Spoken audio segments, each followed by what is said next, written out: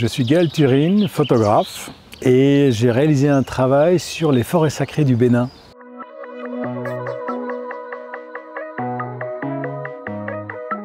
Les forêts sacrées abritent des divinités, et pour les vaudouisants béninois, eh bien, ce sont des lieux où ils peuvent aller faire des cérémonies, peuvent aller prier, peuvent aller méditer.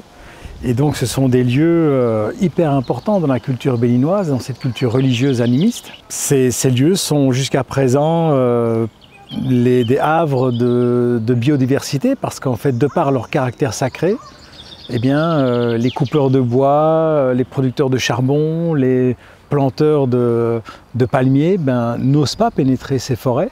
Mais effectivement, à titre de non-initié et de photographe, ça fait deux bonnes raisons pour justement ne pas pouvoir rentrer dans les forêts sacrées. Et donc, ce qui s'est passé, c'est que je suis rentré en contact avec le roi traditionnel du Bénin, donc qui est l'autorité suprême religieuse du pays, et qui a compris le projet. Et donc, il a fait jouer son réseau, il a vraiment passé les quelques coups de fil nécessaires pour que des prêtres et prêtresses vaudous acceptent de me faire entrer dans les forêts. Il y avait des personnes qui priaient ou qui étaient en communion avec les divinités et ça suffisait que pour vraiment pouvoir illustrer ce propos qui est donc de réunir le sacré avec la protection de l'environnement. Je ne dirais pas que j'ai pu constater les conséquences du dérèglement climatique. Par contre, ce que j'ai constaté, c'est que ces espaces sacrés, qui sont a priori hyper protégés, d'un point de vue culturel et traditionnel, sont néanmoins agressés parce que ces espaces forestiers sacrés, ils ont été dessinés il y a des décennies, voire plusieurs siècles. Et donc, vu l'explosion démographique du Bénin, dans un village qui comptait on va dire 150 habitants il y a un siècle, aujourd'hui il peut y en avoir 320. Et donc forcément il y a une nécessité d'avoir des plus grandes parcelles exploitables d'un point de vue agricole. Et donc le chef de village peut être amené du coup à sacrifier une partie de la forêt sacrée pour que les familles de son propre village puissent nourrir leurs enfants. Donc ça fait partie des réalités de la situation. Et pour celles et ceux qui doivent produire du charbon, oui, la très grande majorité de la population béninoise rurale a besoin de charbon pour les besoins quotidiens de plus que de cuisine.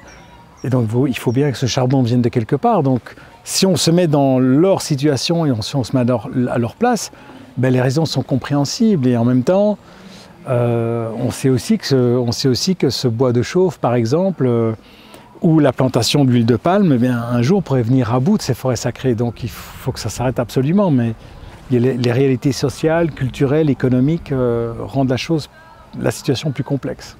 Je pense sincèrement que l'ancrage traditionnel du vaudou au Bénin est à ce point important que les espaces sacrés les plus importants seront de toute façon sauvegardés. Bien qu'il y ait une population de plus en plus importante qui se convertissent au catholicisme et donc tournent un petit peu le dos à ces croyances et au caractère sacré de ces forêts. Le vaudou, il est chez lui au Bénin.